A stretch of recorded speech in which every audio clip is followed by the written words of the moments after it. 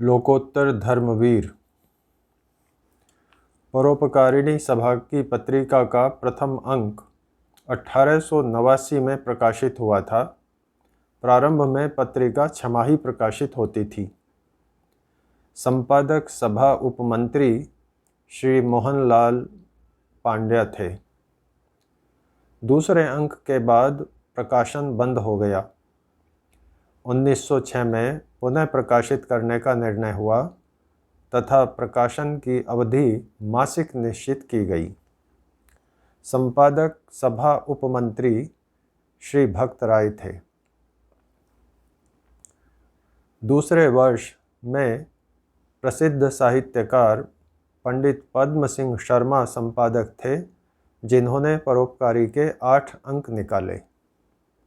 तीसरे वर्ष छठे अंक के बाद 1909 में परोपकारी का प्रकाशन फिर से बंद हो गया। 1959 से परोपकारी का तीसरी बार प्रकाशन प्रारंभ हुआ, तब से निरंतर जारी है। परोपकारी पत्रिका सभा द्वारा घाटे में छापी जा रही है, अतः यह बात उठी कि पत्रिका घाटे में नहीं छपनी चाहिए, इसको लाभ में लाने के उपाय होने चाहिए। आचार्य धर्मवीर जी ने स्पष्टतः कहा कि लाभ के उपाय होना तो आवश्यक है, परंतु लाभ हो या ना हो, पत्रिका तो छपनी है। सभा व्यापारिक संस्था नहीं कि लाभ देखे, और जो विचारों के प्रसारण का लाभ परोपकारी के माध्यम से हो रहा है, उसकी तुलना में आर्थिक हानि कुछ भी नहीं। यह तो हम सब जानते ही हैं कि आचार्य धर्मवीर जी पर ही पत्रिका के संपादन का उत्तरदायित्व था। यह भी सर्वविदित है कि पत्रिका का स्तर उत्तरोत्तर बढ़ता ही गया था।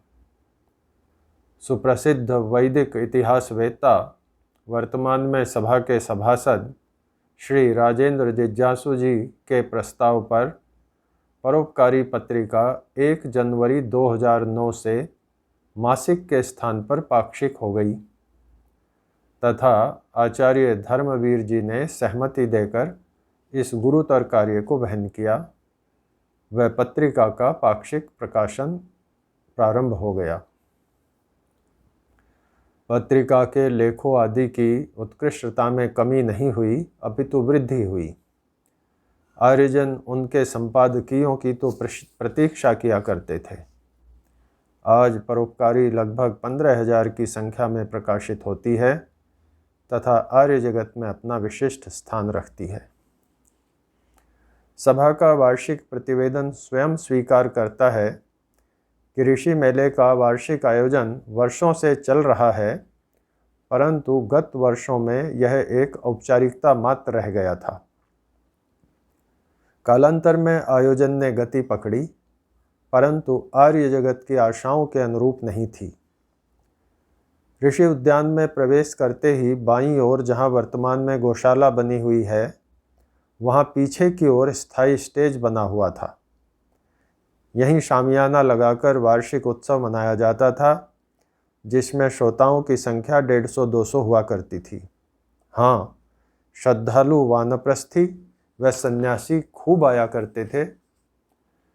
श्री यतीन्द्र शास्त्री, जो लगभग 1984 से ऋषि उद्यान से जुड़े हुए हैं, के अनुसार आर्यवीर दल के युवकों से उत्सव स्थल की घास धर्मवीर जी स्वयं साथ लगकर उखड़वाया करते थे। पिछले कई वर्षों से ऋषि मेले का स्टेज यज्ञशाला के पास वाले बड़े मैदान में लगता है। भव्य सामियाना लगता है। यद्यपि ऋषि उद्यान की घास का मैदान किसी घर के मैदान से कम नहीं, फिर भी उसके ऊपर कुर्सियां व कारपेट आदि बिछाकर बैठने की व्यवस्था की जाती है। सामने वाले खुले स्थान पर पुस्तकों आदि के स्टॉल लगते हैं। भवनों पर भी बिजली की झालरें झिलमिलाती हैं। मेले की भव्यता देखते ही बनती है। राजस्थान, हरियाणा, दिल्ली, उत्तर प्रदेश, हिमाचल प्रदेश आदि उत्तर भारत से आर्यजनों के आने के साथ साथ नेपाल, केरल, आंध्र प्रदेश, कर्नाटक, महाराष्ट्र, गुजरात, उड़ीसा, बिहार आदि राज्यों से हजारों आर्यजन श्रद्धापूर्वक ऋषि मेले में आते हैं। ऋषि उद्यान में आवास व्यवस्था कम पड़ती है। अजमेर की धर्मशालाओं, होटलों में आवास व्यवस्था की जाती है। कोई माने या ना माने, परंतु यह आचार्य धर्मवीर जी का देश भ्रमण करते हुए प्रचार, भाषण व व्यक्तित्व का ही प्रभाव है। इसका श्रेय उन्हीं को जाता है। संयुक्त मंत्री के पद पर रहते हुए आचार्य धर्मवीर जी ने अपने गुरु वेद मनीषी पंडित रामनाथ वेदालंकार जी को पत्र लिखा। अधिक से अधिक लोगों का ऋषि के विचार पहुंचाने के लिए हमें विचारों को पाठकों की भाषा में सुलभ कराना होगा। आज जो तंत्र बढ़ रहे हैं वे अच्छे हैं इसलिए नहीं, अपितु प्रचार में समर्थ हैं इसलिए वे सफलता प्राप्त कर रहे हैं। वैदिक धर्म के प्रचार प्रसार के लिए आर्य समाज को क्या दिशा लेनी चाहिए, यह उनके ऊपर लिखित विचार से स्पष्ट है। इसी को दृष्टिगत रखते हुए सभा द्वारा वैदिक विद्वानों के प्रवचनों की रिकॉर्डिंग की व्यवस्था की गई। पहले रिकॉर्डिंग सरस्वती भवन में हुआ करती थी। व्यवधान था, गुणवत्ता उतनी अच्छी नहीं थी। अतः प्रवचनों का संग्रह करने के लिए आधुनिक सुविधाओं युक्त स्टूडियो लगभग 15 लाख की राशि व्यय करके तैयार किया गया। आज निरंतर व निर्विघ्न प्रवचनों का संग्रह हो रहा है तथा आर्यजनों के साथ साथ जन सामान्य को भी वैदिक सिद्धांतों का ज्ञान प्राप्त करने का अवसर उपलब्ध है। पुरातन पद्धति के विद्वान होते हुए भी आचार्य धर्मवीर आधुनिक साधनों के समुचित उपयोग के हिमायती थे। उन्होंने महर्षि के महत्वपूर्ण ग्रंथों के लगभग 70,000 पृष्ठ स्कैन कराकर कंप्यूटर पर सुरक्षित कराए। वहीं पुस्तकों के प्रकाशन एवं विक्रय के कार्य को आगे बढ़ाते रहे। उदाहरण के लिए सभा के 119वें प्रतिवेदन अनुसार ऋषि मेले 2014 से ऋषि मेला 2015 तक की एक वर्ष की अवधि में 16 पुस्तकों का प्रकाशन किया गया तथा इसी वर्ष दिल्ली में राष्ट्रीय पुस्तक न्यास भारत सरकार द्वारा लगाए जाने वाले पुस्तक मेले में सभा की ओर से 5,000 सत्यार्थ प्रकाश हिंदी, 2,000 सत्यार्थ प्रकाश अंग्रेजी, 5,000 ऋषि जीवनी हिंदी तथा 4,000 दयानंद द ग्रेट लघु पुस्तिका एवं हजारों की संख्या में दयानंद ग्रंथ संग्रह की पुस्तकें निःशुल्क वितरित की गई थीं। आचार्य धर्मवीर जी ने पंडित रामनाथ जी वेदालंकार से मार्गदर्शन चाहा कि ऋषिकृत ग्रंथों के विदेशी व प्रांतीय भाषाओं में अनुवाद व प्रकाशन का क्रम क्या रखा जावे आदि। पंडित जी का मत था कि ऋषि के ग्रंथों का अनुवाद आसान कार्य नहीं है, बिना सही संपादन के अनुवाद नहीं हो सकता। उत्तर में आचार्य धर्मवीर जी ने जो लिखा उससे उनका सभा के प्रति दृष्टिकोण व आशावादिता के प्रति आग्रह स्पष्ट हो जाता है। वे लिखते हैं, मेरे सामने समस्या है कि केवल शास्त्रीय कार्य से सभा को चलाना कठिन है। साधन जुटाने का यत्न करना होगा। साधन जुटाने के लिए जनसंपर्क की आवश्यकता है।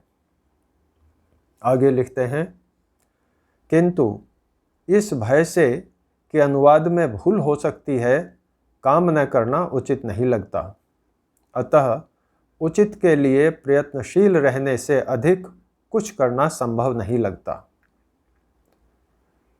यह स्पष्ट है कि वे जनसंपर्क करते थे साधन जुटाने के लिए। साधन जुटाते थे ऋषिकृत एवं वैदिक साहित्य के प्रचार के लिए। भूल के डर से काम ही न हो, यह उन्हें स्वीकार नहीं था। उन्हें तो उचित के लिए प्रयत्नशील रहते उत्साहपूर्वक कार्य करना आता था और उत्साही के लिए संसार में कुछ भी दुर्लभ नहीं है। सोत्साहस्य ही लोके न किंचित अपि दुर्लभम। सभा ने ऋषि उद्यान में लघु स्तर पर गौशाला प्रारंभ कर दी थी।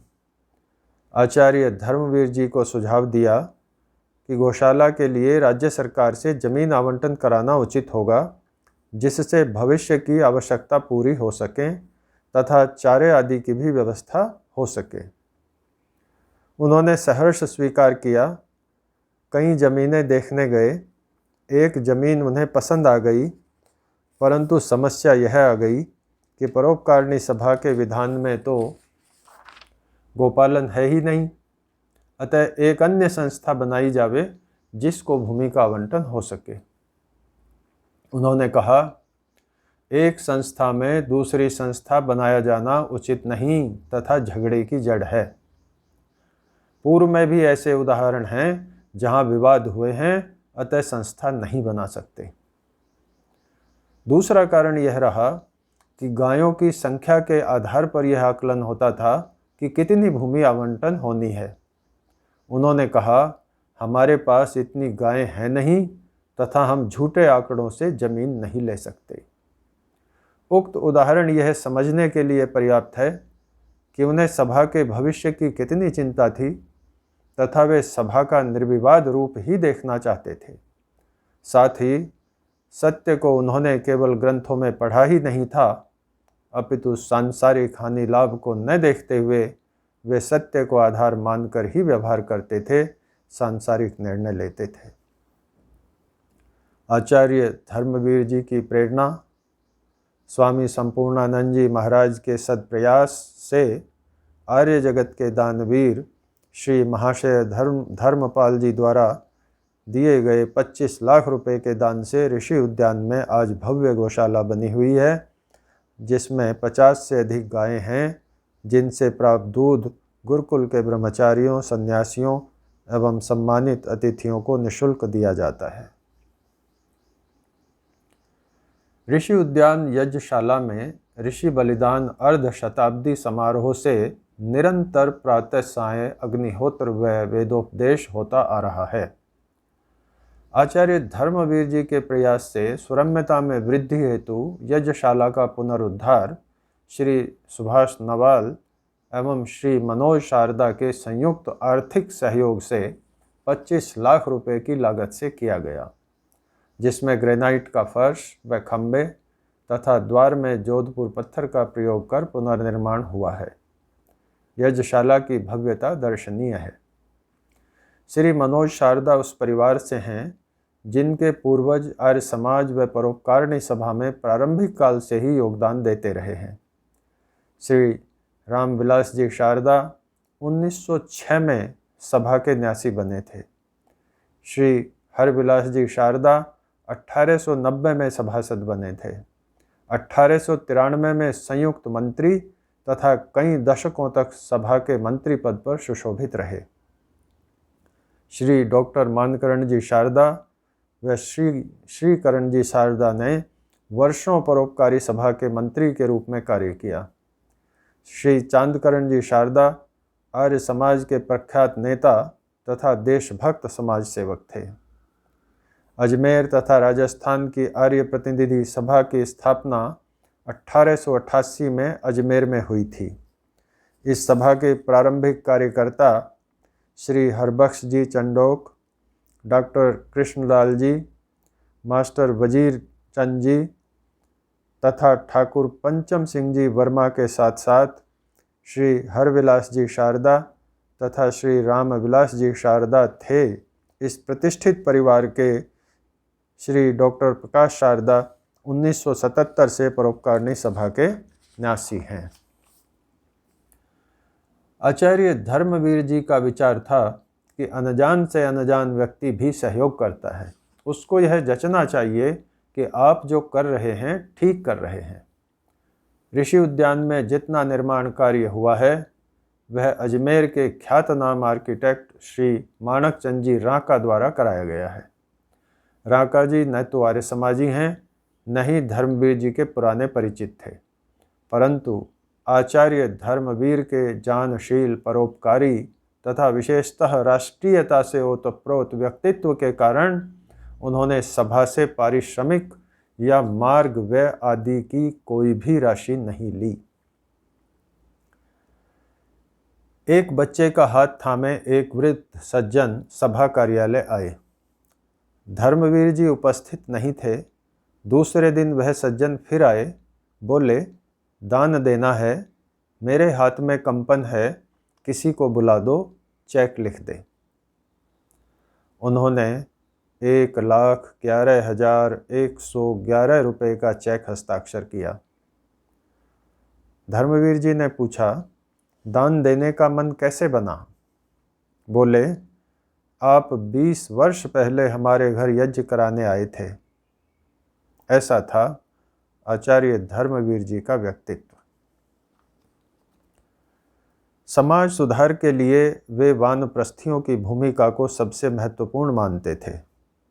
उनका मत था, ब्रह्मचारियों को तो अध्ययन में रत रहना उचित है, तथा गृहस्थियों के पास गृहस्थ का भार होता है, वे सब पूर्णकालिक प्रचार नहीं कर सकते। वानप्रस्थी को अपनी योग्यता अनुसार समाज का कार्य करना चाहिए। वे सुनाया करते थे, एक बार एक सज्जन बोले, हमने वेद नहीं पढ़े, दर्शन नहीं पढ़े, उपनिषद नहीं पढ़े, हम में वानप्रस्थी बनने की योग्यता नहीं है। धर्मवीर जी बोले, योग्यता तो गृहस्थ की भी यह है। वेदान अधीत्य वेदौवा वेदम वापि यथा क्रमम अलुप्त ब्रह्मचर्यो गृहस्थाश्रम आविशेत। गृहस्थ होते समय तो योग्यता देखी नहीं, फिर वानप्रस्थ होते समय योग्यता को क्यों देखते हो? तब गृहस्थ कर लिया, अब वानप्रस्थ कर लो। पंडित इंद्र विद्या वाचस्पति जी के अनुसार परोपकारिणी में आर्य समाज का रईस मंडल शामिल था, और यही कारण था कि आर्य समाज के प्रजासत्तात्मक संगठन के साथ परोपकारिणी ने कभी ठीक ठीक मेल नहीं खाया। संभवतः आचार्य धर्मवीर जी का ध्यान इस पर गया होगा। तभी तो सन 2000 से उनके सभा मंत्री तथा प्रधान के कार्यकाल में धुरंधर विद्वानों, आर्य कार्यकर्ताओं, धरातल से जुड़े नेताओं को परोपकारिणी सभा का न्यासी बनाया गया। डॉक्टर सुरेंद्र कुमार 2001, डॉक्टर दिनेश चंद्र 2009, आचार्य सत्यजित 2003, आचार्य विश्वंग 2005, डॉक्टर राजेंद्र 2011,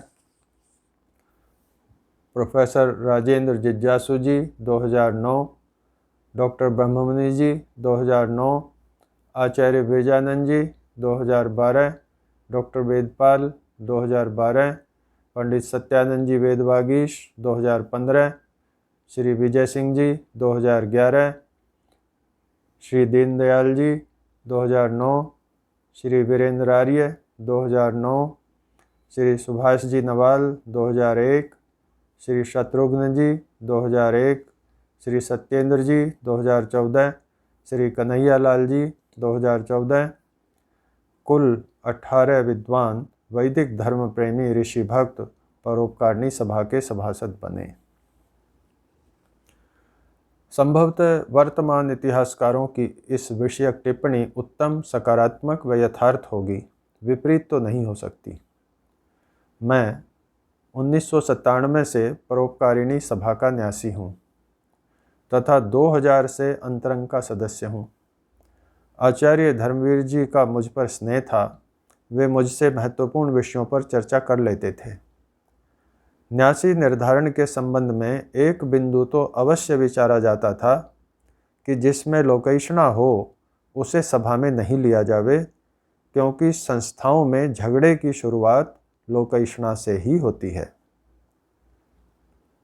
परोपकारी, विलक्षण, प्रतिभाशाली, दूरदर्शी, सहृदय, तेजस्वी व्यक्तित्व के धनी आचार्य धर्मवीर जब ऋषि मेले के अवसर पर ऋषि उद्यान में कहीं भी खड़े होते थे तो वहाँ से गुजरने वाला प्रत्येक श्रद्धालु उनके प्रति नतमस्तक होकर निकलता था। उसके हाथ उनके चरणों की ओर अनायास ही चले जाते थे। प्रणाम हो भी क्यों नहीं। लौकिकम वैदिकम वापि तथा आध्यात्मिकमेव च आदतीत यतो जानम तम पूर्वम अभिवादयेत।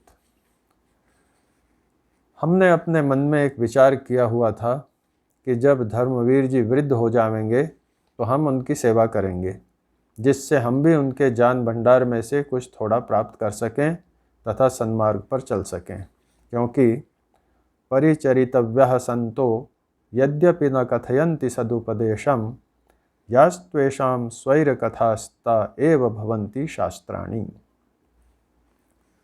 लेकिन संभवतः उन्हें हमारा स्वार्थ पता चल गया था, तभी तो उन्होंने यह अवसर हमें दिया ही नहीं तथा असमय ही हम सबको छोड़कर अनंत की यात्रा पर चले गए। दुख तो इस बात का है कि रुग्णता के समय भी सेवा का अवसर नहीं दिया, न ही कोई अंतिम आदेश उपदेश ही दिया जिससे मन कुछ तो तसल्ली कर लेता। जुलाई 2017।